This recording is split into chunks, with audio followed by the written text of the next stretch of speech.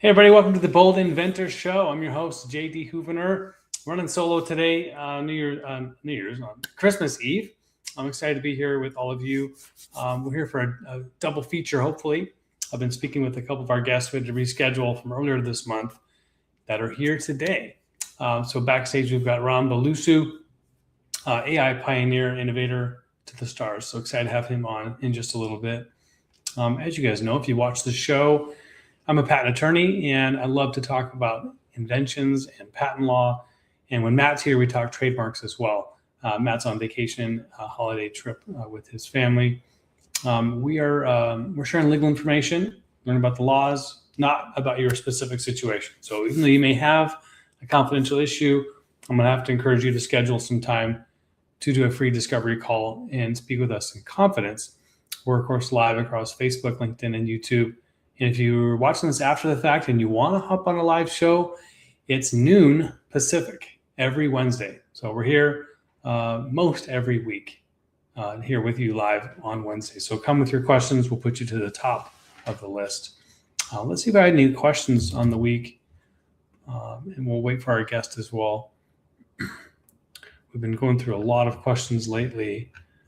And usually the holiday week is quieter. So there were a few that came in. Okay, here we go.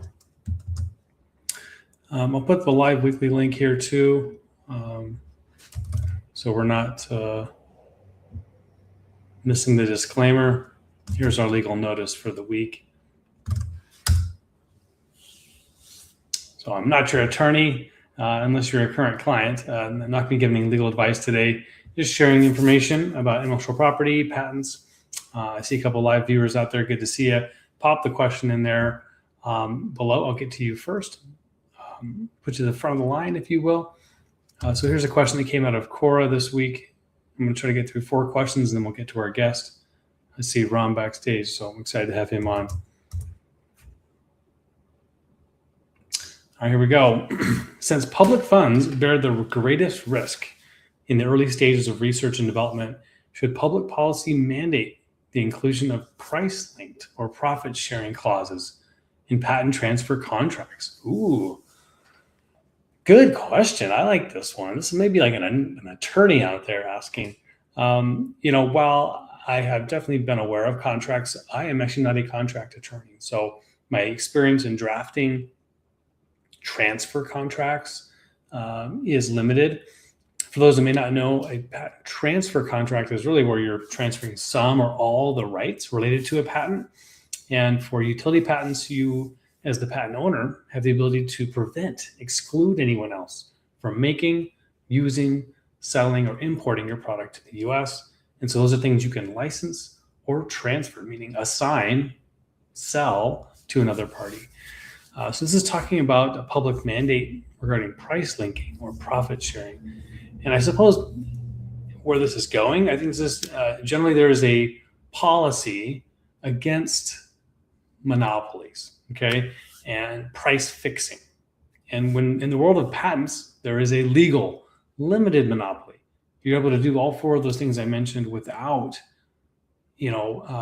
having to be against the law. In other words, you're not violating any policies or laws by having a patent.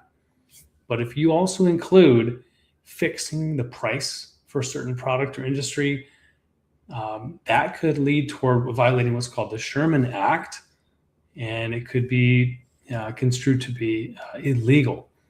And so there's certain laws around where you're going to be forcing a market related to products. So it's more about the invention and the claimed product, and not so much about, what's the word? I think it is where you're, let's see, Sherman Act. Help me out here. Anti-competitive, price fixing. What's the word I'm looking for? Yeah. Well, antitrust. Boom. Gosh, that took a bit. It is a holiday week. Antitrust. So don't run afoul of those rules. And so I would say no. I would say there's no reason to include those in the contract because it's already restating the policy of the law. Okay, next question. That was a doozy. If you're watching live, you can plug in any question, comment, and I'll get to you first. I'm just going through a list of questions here as we kind of get started here on this weekly Bold Inventor Show. Okay, another question that came in is from Reddit. It says, if I sell furniture and Bed Bath & Beyond sells a recliner chair called, let's say, Wilmot, that blocks me from registering Wilmot with the USPTO, will that block me? Also, even if registered, could cause serious issues in the future. Okay, well, if you sell furniture and they have registered a recliner or a line of products under Wilmot, and they were the first one to use it in commerce, likely they're going to have prior use. And trademark law, if Matt was here, he would reiterate that is what it's going to be, where the rights will hold, invest in the first user. Now, you can go through the motions of filing a trademark and getting it registered, but that's still subject to the first in use. So if you got a similar sounding name or the same exact name and you're in the same industry, furniture, for example, that's going to be a conflict, right? The whole premise behind trademark law is to prevent confusion. Wherever there might be confusion, if you're selling a product, Wilmot, Wilmot, recliner, and there's a Wilmot, mattress or sofa bed that's well known and been selling before you, your product will likely be confusing to customers that purchase sofa beds on the existing. So if there's any potential for confusion in the market, that's when trademark issues come up. So get a hold of us at Bold Patents and schedule a meeting with Matt if you have questions about trademarks. All right, let's take a peek here. This is our last one we'll do today. This is another question from our Reddit group. And then we'll bring on Ram Bulusu. We'll see, he has some issues with this video, so hopefully we can have him on soon. Okay. Hi, a quick question about what it means to be on a patent versus owning a patent. What does being named on a patent mean? And what does it mean to own a patent? Lots of questions there. Let's take those in turn. So be on a patent means, usually this means being named as an inventor. So you can have any number of inventors that swear an oath and sign a declaration saying, yes, I invented at least one claim on this patent. And they're going to be able to be listed on the patent. And as an individual inventor, each inventor has the ability to fully exploit, in other words, make money with, go to market with, sharing the benefits of excluding others from practicing the claimed invention. Now, owning a patent has to do with assignment. So if any one of those inventors, or if they all agree to say, hey, we're all going to assign, transfer, or sell our rights to another entity, typically it's a business. Oftentimes this will happen where you have a startup, multiple inventors are named, and they decide to start up a company. They will assign. They will give up their rights to the invention to XYZ LLC or XYZ Corporation. So that's what owning a patent is. Hope that helps a lot. And typically, I'll say the last thing, if you want to look up to see whether a patent is owned individually by inventors or if it's owned by a company, there is a license. So you can look up the, assignment, recording. You can go to the USPTO patent assignment recording office and go look up an entity, look up a patent to see if there's any recorded ownership transfers, much like you might see for property, real estate, title, and that type of thing. All right, without further ado, let's bring on our guest. So we have some live viewers, and we've got Ram. Welcome to the Bold Inventor Show. Great to be here. Thank you. Hey, all right. Well, I'm so glad you're able to join us on the holiday week. How's your week going? Busy, hectic as always. Yeah. Well, you made time for us and our viewers, our listeners out there. So thank you. I'd love to just sort of have you introduce yourself, if you don't mind. Give us a bit of your background and what has led you to kind of where you're at now.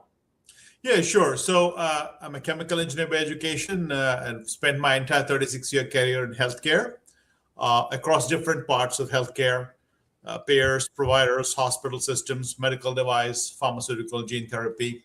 And my role has always been in technology, in terms of bringing in the latest technology to be able to improve patient care, get the most innovative drugs and medical devices to patients faster, cheaper, better globally. It's been a privilege to be in this industry. In terms of AI and ML, gosh, I've been using traditional AI and ML for about 30 plus years, but that's the traditional AI. About 3 years ago, when generative AI came around, that really supercharged everything. Yeah. Because healthcare, for whatever reason, is always behind in technology compared to other industries, whether because of regulations or other reasons. And so when generative AI came around, when along with my peer groups, when I looked at what's possible, we found there's a high degree of inefficiency and opportunity for improvement in healthcare using generative AI. So it's become a fantastic mission. And most recently, I came on board literally a few weeks ago with an organization called Elara, which is one of the nation's largest provider of patient services for home-based patients. And although I'm here on my own behalf today, immediately before coming here, I spent about a year in the consulting world, working with healthcare companies to bring in Gen AI tools. And so what really, for me, is very relevant to my background is Gen AI tools are very new, whether it's the big guys like Microsoft and Google creating new versions of Gen AI models that are evolving every day, or the smaller startups with very innovative tools, but maybe not really proven yet. In the healthcare space, when it comes to patient impacting decisions, there's very little Gen AI capability that's been proven. So on the one hand, there's a big risk. What happens if we make a mistake? Will the patient be injured? On the other hand, if we hold back, will patient care be delayed or denied? And so I think it's exciting to be here, but just at the very beginning of the Gen AI revolution. And in healthcare, we don't want to be the first adopters. We want to let less risky areas like marketing and sales and retail take on the Gen AI tools first, hone them, and then customize them for the healthcare space. So that's what I'm doing now. And I got to tell you, with generative AI coming in the last three and a half years have been so exciting, because I've never seen a faster pace of adoption of technology across any industry. Yeah. It's faster than the internet. So it's great to be in this position.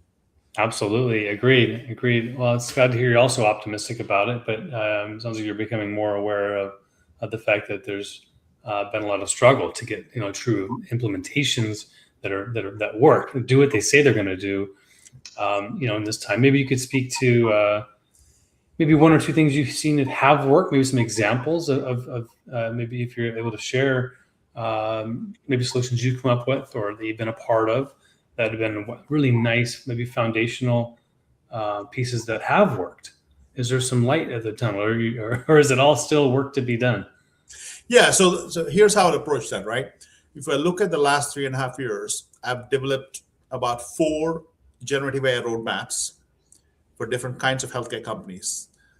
Big picture, gene therapy companies, smaller contract research organizations, drug discovery in the neuro space, and certainly the patient care space. If I look at the roadmap, I'll lay out what the roadmaps look like and what I was able to achieve in each of those roadmaps and where perhaps we couldn't achieve much. Many people talk about healthcare leaders saying, we're going to cure cancer in 2 or 3 years using Gen AI. Well, that's not happening. So when I put the roadmaps together, they're typically 5-point roadmaps for Gen AI. We want to use Gen AI to, number one, automate manual repetitive tasks across any function in healthcare. It could be patient-facing, it could be finance, it could be accounting, it could be billing. So automating repetitive manual processes is the goal number one. Goal number 2 is reducing errors. And when you automate tasks, the tendency to have lesser human errors amplified. The third one is a business-focused goal, which is reducing cost per unit operation. Goal number 4 is the dreaded reduction in labor and headcount, which will follow. Unfortunately, that's reality. And what we do is we take the savings from these 4 steps and then put that into innovating new products and services and scaling our business. So if you look at that, the first goal, I was able to achieve quite a bit of success. So for instance, in one example, 2.5 years ago, I was working with a gene therapy company where we had a large quality control department. And what did these people do? expensive $250,000 a year statisticians with PhDs, they would take a lot of data about the gene therapy itself, the drug itself, and they would estimate the shelf life, both of the raw materials and of the final injectable product, and they would put expiration dates on your product. And so pretty straightforward shelf life estimation. Problem was, when I looked at what these folks were doing, we had about 6 people in one department. Okay, so 6 QC scientists, $1.5 million together, salary for 6 people plus benefits, very smart people. They would spend all day analyzing Excel data, Microsoft Excel data, to determine the best expiration date with some error margins built in. Because it's not like a bag of flour that's going to expire. When you have genetic material, it's very difficult to, what's the temperature you expose it to, and what happens when you transport, all these things. At the end of the day, these statisticians were looking at the Excel data and they were estimating when it would expire. Now, the problem was budgets always come into play, and I was asked to take a look at that space and see what we could do. And what I found out was, because using Microsoft Excel, we were able to attach Microsoft Copilot Gen AI to it. And we were able to have Microsoft Copilot do the analysis of the data in the Excel spreadsheets. These are very complex 200,000 item spreadsheets. And Microsoft Copilot would give you a best estimated expiration date per specific conditions. We were able to actually go in and reduce errors by 93% in the data analysis. And sadly, we were able to also cut 2/3 of the staff. We were able to eliminate 4 of the highly paid statisticians, and we brought a couple of interns. The strange thing is, young people seem to be more familiar with Gen AI, perhaps, than some of the old timers. So the good news was that was a success. Now, I was able to replicate that type of process in the finance space for a company last year, where we came in and said, okay, we got a lot of financial planning and analysis folks. Again, what are they doing? They're looking at a lot of Excel spreadsheet data for sales and revenues and so on. Well, how can you automate that? In this case, we used the earlier versions of Gemini, which was a little bit more successful, maybe Gemini version 2, you might call it. And I was able to look at the Excel spreadsheets and, again, reduce the amount of labor it took. So for 1 quarter summary, we were able to reduce the time it took by about 50, 60%, 55%. We were able to, again, reduce the number of staff there. So reducing errors, reducing cost per unit operation, reducing headcount by automating repetitive manual processes, by using Gen AI. Those were the 2 successes. And there's a pattern there, because you'd say, what can Gen AI do? I've learned the hard way. The best way to interact with generative AI is to treat it like a very smart employee, but who's a brand new employee, who's smart, but doesn't have the business process experience. And then I stepped back and started discovering that in almost any aspect of a professional business, every process follows a structured decision flowchart. People don't make random decisions. Whether it's a doctor analyzing your symptoms to decide what to prescribe to you, or whether it's a quality control analyst looking at data, or if it's a word processing expert checking for spellings, they're all following a particular decision-based flowchart. You take the flowchart and you build that into your Gen AI algorithm and train it maybe for 2 to 3 weeks with 200 or 300 examples.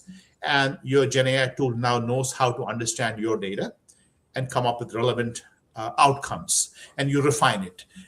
Using that process, and successes have been really in making a business more efficient, reducing errors, reducing headcount. Where, however, it has not worked is when, for instance, for a hospital system I recently worked with, we found out that we had a shortage of nurses. So we thought, why don't we take the mundane portion of a nurse's time, updating medical charts, doing follow-up calls with patients? Can we automate that by using a virtual calling agent that can call patients on their mobile phone and interact with them as though it were a nurse? That, unfortunately, didn't work, because when you interact with a human patient, the interaction doesn't follow as much as you want it to follow a decision path. Patients can say very different things. You got a patient with diabetes, you want to reach out to them and say, hey, what does your glucose level look like? That's a straightforward question. But the patient says, oh gosh, I feel very dizzy, my left shoulder's in pain. Now, if you're a virtual agent, you won't know what to do. It'll say, please let me put you to a voicemail. That's not good. If you're a nurse, you'll say, wait a second, left hand, shoulder, diabetes, let me get 911 on the call. There may be something wrong with your heart. So when it comes to non-structured interactions, their generative AI is failing. Yep. Whereas the structured data flow type of activities, it's been quite successful.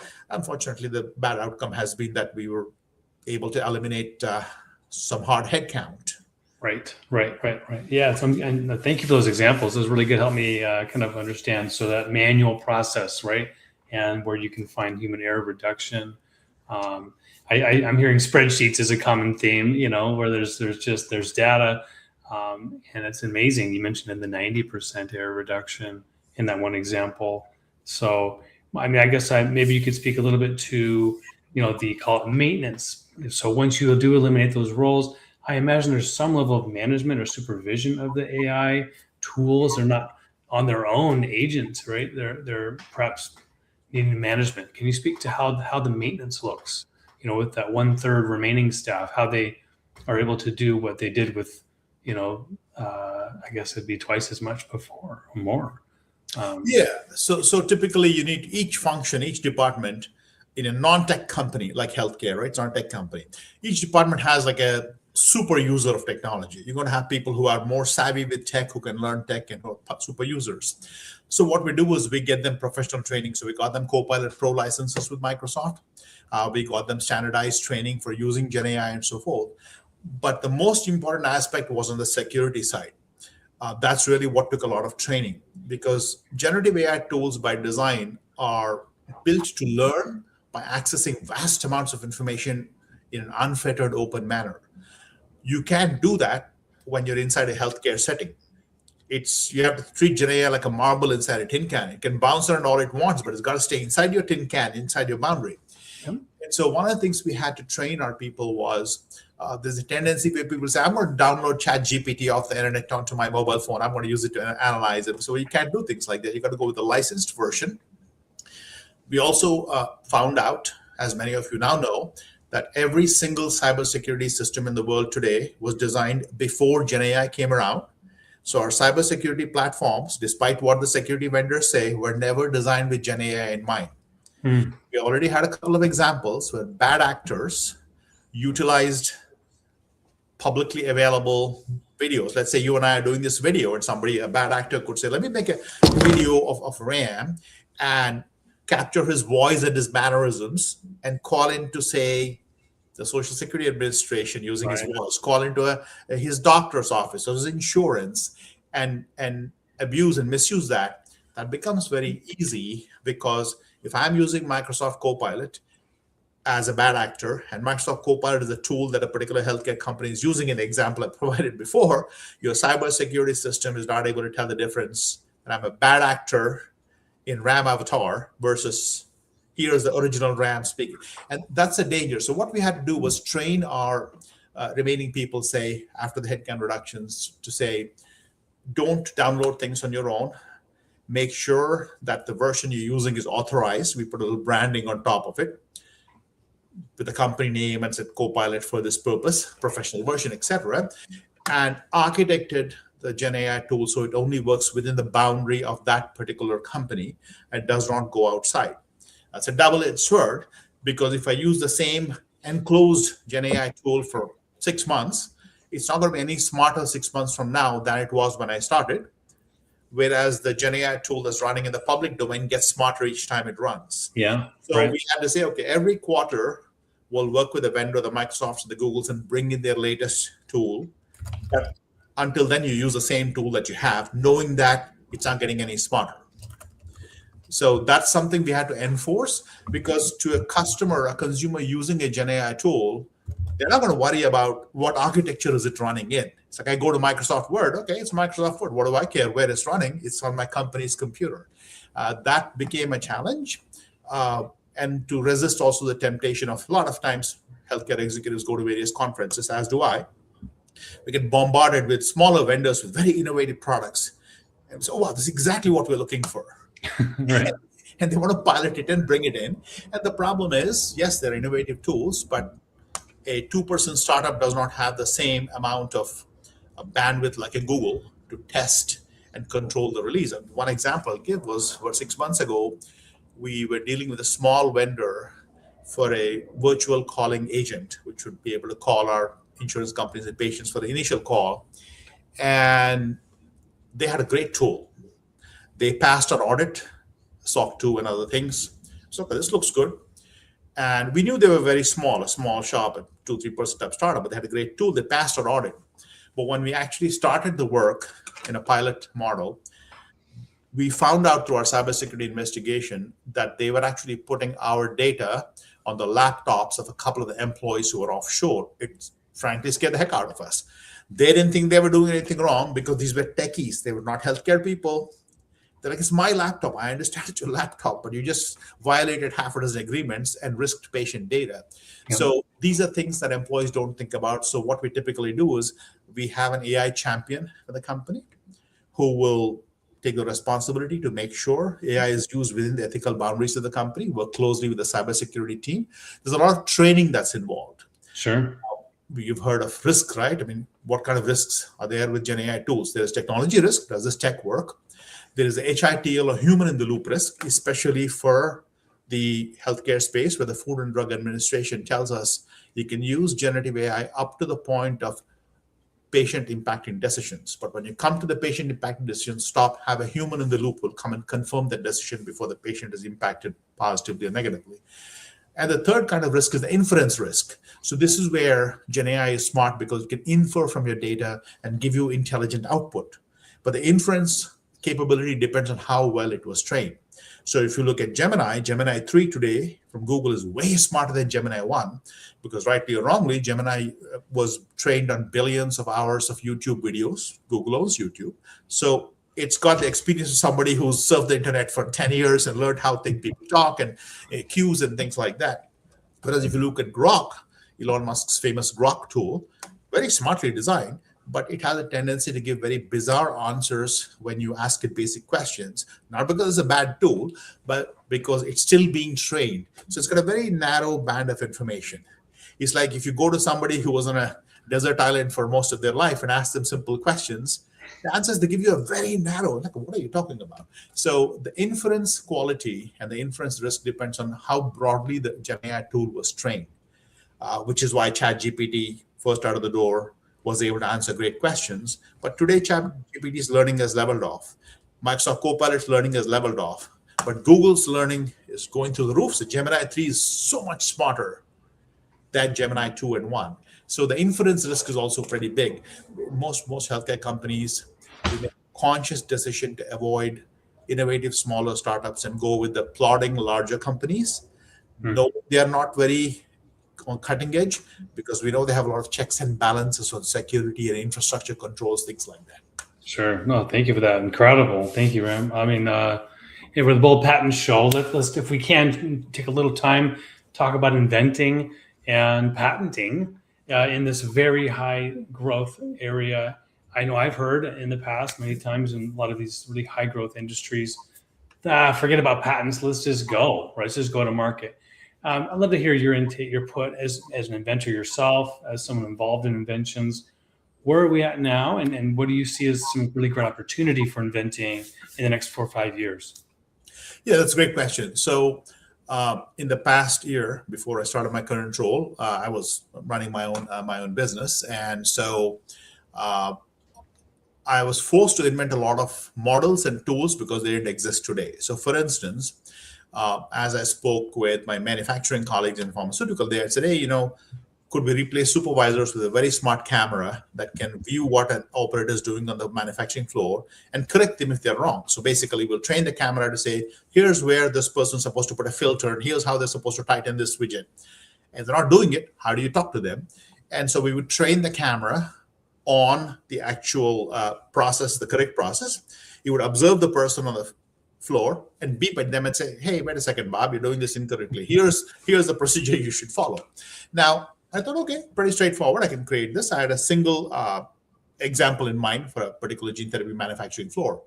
Imagine my surprise when I got calls from people in the FAA and the TSA from the airport system and said, hey, can you make something like that for cameras for airports? I'm like, okay, I'm not a TSA guy. What can I do for you? So, well, we're running out of people to monitor bad actors coming in the country from international ports of entry. Can you configure your camera to do that? So I work with it. It's a very huge project. You're talking $1 billion. And the government doesn't do anything small. I said, I'm not equipped to take on such a big project. So I gave my ideas out freely at some conferences. Didn't bother to patent it. Imagine my surprise when there are two startups coming in doing exactly that. Now, me personally, more power to them. I'm not competing with them. Okay.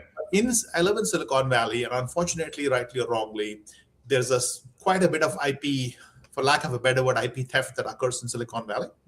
I was talking to one of the smaller podcast radio stations that podcast news from war-ravaged and weather-ravaged parts of the world, hurricanes and things. I can't send reporters here because, gosh, they could be injured, etc. So I came up with a model for something called Anchor AI. This would be like a three-dimensional reporter that would pop out of a small 3D device and would interact with the local situation exactly as I would, except the reporter is somewhere in Connecticut or somewhere nice and safe. Oh, that's cool. Yeah, right. Okay. Yeah. Okay, I spoke about this, and a couple of venture capital companies talked to me about it, and I said, well, I just put it out as an idea. And again, a startup came up and said, oh, this is a great idea. We started with this. And I think they went trademark and so on. So what's happening is the Gen AI concept is pretty wide open. It's like a platform, right? Now, the opportunity to invent is in the verticals. How do you apply that Gen AI tool to specific industry instances? And for instance, I was working with, of all places, a hospice-based company about 7 months ago. And so as I did walkthroughs with some of the customers, the descendants of the people who were passing away. So, one lady was pregnant. So, man, my child will never know their grandfather. And I thought, wouldn't it be nice when the gentleman is still alive and take his videos and photos and create a 3D avatar of that person, load it into a humanoid robot, which is pretty easy to get these days. And when the kid grows up, that humanoid robot can interact with the child as though it were their great-grandfather. What if we go one step further and have a little 3D image projector in the mausoleum next to where people are interned, and when descendants go down there, they can press a button and that person pops up and actually interacts with them using similar mannerisms. I thought that'd be great. And again, I don't have time to pursue every one of these ideas. So what I'm finding is the tool that will actually make it work is pretty straightforward. We already have a way to make avatars. Where Gen AI comes in is we can feed generative AI thousands of hours of videos and pictures and maybe live recordings of a person when they're still alive, or maybe historical recordings, and then tell it, okay, now take this information and create an avatar, first a 2D avatar on your iPhone that can mimic that person's behavior, who can interact the way they would answer questions and things. Next step, easy to reach out to China. There are millions and millions of humanoid robot ideas up there. They make them pretty cheap. Download this consciousness or avatar into that robot and then put a face on top of it using humanoid skin. Now you got your one. Actually, you could have George Washington walking around among us. Yeah. What he thinks of today's America, right? Well, there wasn't a lot of video back then, right? So that'd be tough, but you could generate it. Right? Exactly, and that's where I think the opportunity to invent. So what I've done is I've taken the base Gen AI concept. They're all running on generative AI. There's nothing special there. How do you apply? So my focus has been applied AI. How do you apply that? Yeah. I know Sachin Nadella from Microsoft has talked about creating industry verticals. Yeah. Industrial coding, and I haven't seen it come true. The biggest opportunity for invention is in creating applied possibilities, applied models for specific industries and specific tasks using the same Gen AI platform. And then what you'd have to do is you have to go and train that Gen AI model to understand whatever model you're trying to create. If it's to mimic a person, if it's to, you could even imagine a robotic boxer. You can just, we have videos of Muhammad Ali, and you look at his, what does that, float like a butterfly, sting like a bee, and all these things, yeah, his styles together, and then proportion the humanoid robot to that, and feed his consciousness, and say, okay, how would he have reacted to this particular punch, and so on, and you can actually replicate that. That's just one example. Yeah, that can happen. I mean, you can train in the FAA and TSA example I gave you. You could actually train your Gen AI tool to recognize bad actors as they come through your airport system, at least flag them for the next level of security. Right. Now, so it perhaps comes down to analysis on the business plan. Is it going to make business sense to pursue that particular idea, that particular vertical? And are you, the founder, passionate enough to see it through to reality? It seems like, right? Basically, point in any direction that you're passionate about, and it's possible. Now, in terms of, is it feasible? Is it going to make money? can you have the impact you want in the world? It sure seems like a wide open currently. It really is in a lot of different areas. It is. If you want to, if you look at Google, they came up with Gemini as a great platform. Now, that can be applied across the board. The more generic your tool is, the broader the customer base. But the more narrow your tool is, the more narrow the vertical, then you're going to have a focused customer base. And to your point, you have to look at what is the potential. I could say, hey, I'm going to sell this camera that I call NetRay for observing manufacturing operations, and say, okay, if I put a lot of time and money into it, I work with a couple of buddies from NVIDIA and such, and said, here's how you can do it. If I do that, then I'll have to find a small handful of pharmaceutical manufacturers who are willing to try that on. But if instead I say, you know what, I can use this for the FAA or the TSA, okay, now I've got myself $1 or $2 billion potential revenue if I can build this. That means I can get funding and invest in it and so on. But the challenge I'm finding is, if I can think of these ideas, so can 10 other people. And so it really becomes a race, which is why you're seeing a lot of aggressive investment. Right now, I've got venture capitalists calling me, saying, can you come and follow this idea through for us? And what I'm telling them is, I want to do a couple of different things. I can be an incubator, but you're going to find founders where you can take each of my ideas, build them into a small company. I can be a founder for that and help you. But I don't want to go too deep into that one, because there are so many different ideas to pursue. Yeah. Ideas are getting stale pretty fast, given especially the wide, you could call it IP theft, or somebody could say, hey, Ram, I was inspired by what you mentioned on that podcast. I'm going to create this tool, and you're going to now have overly focused creations in the same vertical from multiple inventors. And that's when you're going to have competition between, the customer base is small and so on. The other part of it is cybersecurity, right? That's the one that worries me the most. The cybersecurity platforms have not yet caught up with Gen AI. So it's a matter of when, not if, that we're going to have massive cybersecurity breaches of healthcare systems and of our cloud environments where all corporate data is stored. Until the cybersecurity foundations start to evolve as fast as Gen AI, the real world applications of Gen AI need to be pulled back a little bit, or else we're going to end up with multiple breaches. That's great, Ram. Okay, I hadn't heard much about that. I mean, I've heard quite a bit about how much energy AI is taking, and that is a concern, but I hadn't actually heard it, so clearly about the cybersecurity risk. Talk about energy for a little bit. What have you gotten information wise? What do you really believe yourself about? Are we going to hit a wall? Are we approaching some energy limit or threshold that will become an issue? So at the grid level, at the national grid level, I think the big companies like Microsoft and Google have already started addressing it. Google's always forward thinking. I think about 2-3 years ago, they started looking at small sized, localized mini nuclear reactors to power large data centers, things like that. But in terms of the corporate network, so far, we haven't seen that yet, but it's going to start, because if the corporate networks that we look at today, they're all running most things in SaaS, in a SaaS foundation. So whoever's maintaining the SaaS platform, which would be the big cloud providers, your AWS and your Google Cloud and your IBM Cloud, those guys are going to start feeling more pressure on energy, which is why you see them proactively preparing for supplementing the energy grid, both with alternative energy sources. They go to Arizona, set up a big plant because they can use solar energy, things like that. They have their own nuclear ambitions to create focused energy points. But the national grid overall, if you look at 3 to 5 years from now, without additional power being tapped, we're not going to be able to sustain the speed. The individual users may not feel the pain, but the companies that host the data centers, like the CoreWeaves and those guys, they are the ones who are running millions of NVIDIA chips to be able to run all the processing units. In fact, Sam Altman, he said a few months ago, I know you guys want to be polite when you interact with ChatGPT, but every time you say please and thank you to ChatGPT, it's costing me thousands and thousands more of megawatts of energy being consumed. So I think somebody once told me that, this was many years ago, when I was maybe 12 years old, somebody told me that if you go into the backyard with your son and you say, hey, Bob, take this ball, throw it up in the air and catch it, blink of an eye.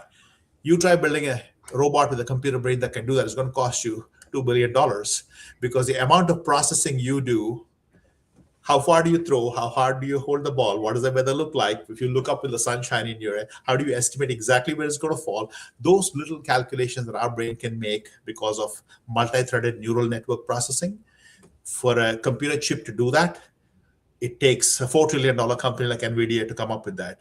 Along the process, they consume a lot of energy. If you think about it, when you're young, what do? You eat lots of carbs and burritos and pizza. Your brain's burning up a lot of the energy, right? Our brain itself consumes what, 2/3 of the calories we take in every day in carbohydrate. Sometimes if you ever notice, if you are low on carb, low carb diet, you're foggy and your brain doesn't work, well, that's because your brain is saying, dude, I need some energy. Imagine an inefficient chip that's running on silicon that is trying to do multi-thread processing. And imagine 4 billion users around the world who want to hit it at the same time. Yep. So energy crunch is very real.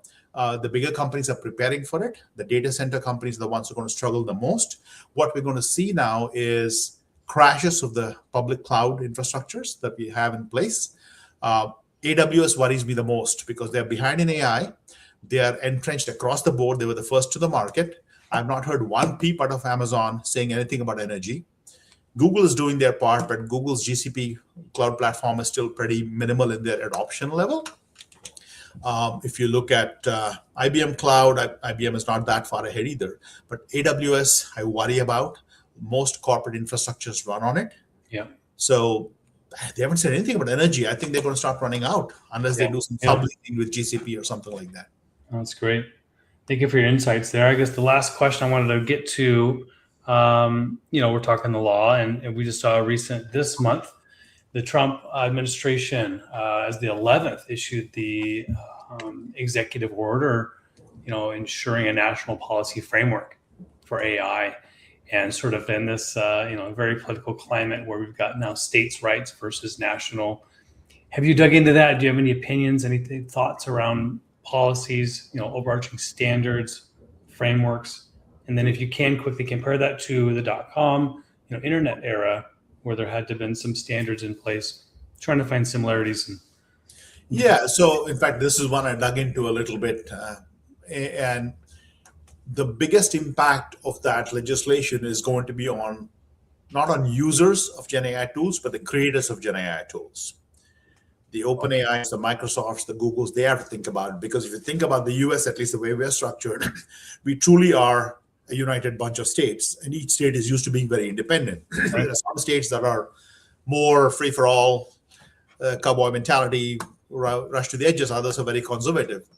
And that is now going to be replaced by an overarching single executive order that covers at the national level. Okay, that makes sense. I expect it to become something like the Food and Drug Administration rules that apply across all states, for instance, right? But at the same time, the federal government does not have and never had the authority to control what goes on inside a state. The federal government's control typically is on interstate commerce, not on what happens. So the Fed cannot come in and tell Pennsylvania, this is what you're going to do in your districts. Pennsylvania said, no, go away. But what the federal government can say is, if you're going to transport information from Pennsylvania to New Jersey, we're going to put a linchpin control on that for AI. So if there are states that come up to fight, that could become a problem, but I don't see that as too big of an issue, because most of the larger companies that are going to be impacted are in multi-state locations anyway. Sure. I'm not worried about that. What I do think about is, if you compare to .com, it took a while after the .com bubble came around for net neutrality to come up. Because what was happening was different websites started implementing their own controls on what can and cannot flow through their particular portals. And so it started to, you have, one might say, more extremist view websites, more liberal view websites, and all these things started coming around. But net neutrality is still not fully real, because you could still go to some part of the web and see some random spouting off about very weird things, like, why is this person being allowed to say this? And the whole free speech, all these things come in. With Gen AI, there are legitimate companies that are trying to use Gen AI to create things that some would find odd. You've got even Sam Altman, I believe, coming out and saying things about, we're going to use Gen AI to create a social or intimate companion for a person. You can pay and buy this avatar. Now, some would say, hey, that works for me. Most of us would say that's not really what we have in mind. So the censorship element of it is going to start coming in. It's not there yet. Gen AI is right now a free-for-all. Again, you can go to Grok and ask it various questions. It gives you answers, make you sit back and say, well, who trained this particular? It's sort of like an extremist young person who may have been groomed and developed a particular very focused way of thinking. So hopefully the executive order, which I find very positive, is going to create a standard control across information that can flow throughout our country from state to state. I don't see the states are going to come and protest it, but typically federal laws tend to be where states draw their own inspiration from. So if the federal laws say, here's what you should do, then the states try to comply with that. The states can be more stringent, but they cannot be less stringent.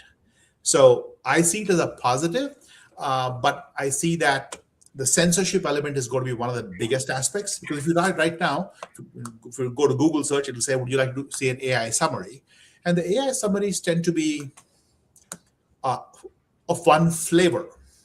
So the most interesting thing is, if you go to any Gen AI tool or even to Google search with AI and you ask the same question, wait for the answer, ask the same question again in a different window, it'll give you a slightly different flavored answer. Mm-hmm. That's because the Gen AI tool is still evolving its thinking. It doesn't have a single answer. If you go to a calculator and type in 2 + 2, it's always going to be 4. But if you go to Gen AI and say, do you think J.D. Houvener is a great guy? One might say, yeah, I think so. Otherwise, say, who's this guy, right? So there's a variability in it, and legislation can control it. But if the federal government says you must meet these output quality standards, in that situation, you're going to have the tech companies coming in and trying to create some kind of standard in their output. But Gen AI works like a random roll of dice. That's how it was programmed. It's going to be a while before it gets standardized. But it'll take care of itself, because I would say at the end of the day, people use the tool if they trust it. Trust depends on consistency, reliability, and openness. So the consistency in Gen AI tools is not there yet. Hopefully it'll be driven, but it'll take about 18 to 24 months for us to get there. Yeah. Ram, you're a visionary. You're a visionary. Thank you for sharing your time and wisdom with me and with our audience here. I asked this of all of our guests, would you be willing to share your email or any contact information if anybody wants to get a hold of you? Yeah, absolutely. No problem. All right. Go ahead with an email. You want me to enter in the chat, or? I can put it if the Warp 9 one is appropriate. Yeah, the same email you have for me, ram@warp9ai.net. Okay. There we go. I'll put that in the comments. Well, excellent. Well, thank you so much. We'll wrap up our show here today. We didn't have any live questions right now, but I bet we will after the fact. And again, Ram, thank you for your time and making this a priority. Enjoy the holidays, and wish all a great year. Have a good, happy New Year. Thank you. You too. Have a great holiday. Bye now. All right. Bye-bye. Go big, go bold.